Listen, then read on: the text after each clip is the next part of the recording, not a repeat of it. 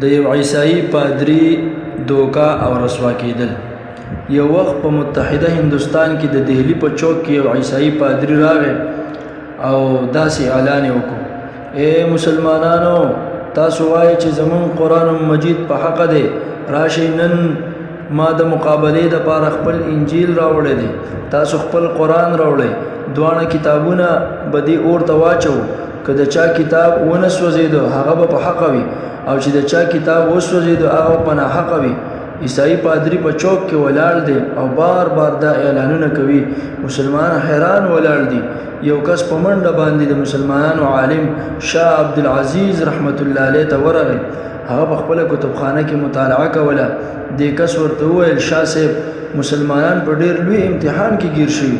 شاه صاحب ته تپوس وکړو چې څه چل دی؟ ده ورته وویل: د دهلي په چوک کې یو عیسائی پادری ولاړ دی او بار بار مسلمانانو ته دا اعلان کوي: اے مسلمانانو، تاسو وایئ چې زمون قرآن مجید په حق دی، نو تاسو خپل قرآن راوړئ، ما هم خپل انجیل راوړی دی، دواړه کتابونه به دې اور ته ور واچوو، که کوم کتاب ونه سوځېدو هغه به په حقه وي.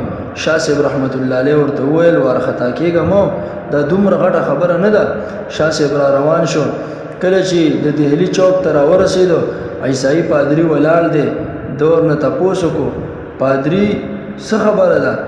هغه ورته وویل: زه مقابلې ته راغلی یم، تاسو خپل کتاب قرآن مجید راوړئ او ما هم خپل کتاب انجیل راوړی دی، دواړه کتابونه به دې اور ته ور غورځوو، که تاسو کتاب وسوځېدو نو تاسو به په ناحقه یې، او که زمون کتاب وسوځېدو نو موږ به په ناحقه یو. شاه صاحب رحمت الله علیه ورته وفرمایل: خو د چې دا دومره غټه خبره نه ده، کتاب غورځول بې ادبي ده. ته به خپل کتاب د سینې سره ونیسي او زه به خپل کتاب د سینې سره ونیسم او دواړه به دې اور ته ورننوځو. که ته وسوځېدې نو ته به په ناحقه یې، او که زه وسوځېدم نو زه به په ناحقه یم. عیسائی پادري چې دا خبره واورېده نو ویې ویل: داسې مقابله خو زه نشم کولی. دا یې وویل او د چوک نه یې منډه کړه. خلکو راونیو، ورته یې وویل چې اوس به خامخا مقابله کوي. پادري ورته وویل: زه معافي غواړم، ما په خپل کتاب پورې داسې مساله یعنې دوایي مګلې ده چې دا اور نه سوځوي او په جسم مې نه ده مګلې، لهذا زه دا مقابله نشم کولی. دا یې وویل، د چوک نه یې منډه کړه او لاړه وتښتېده.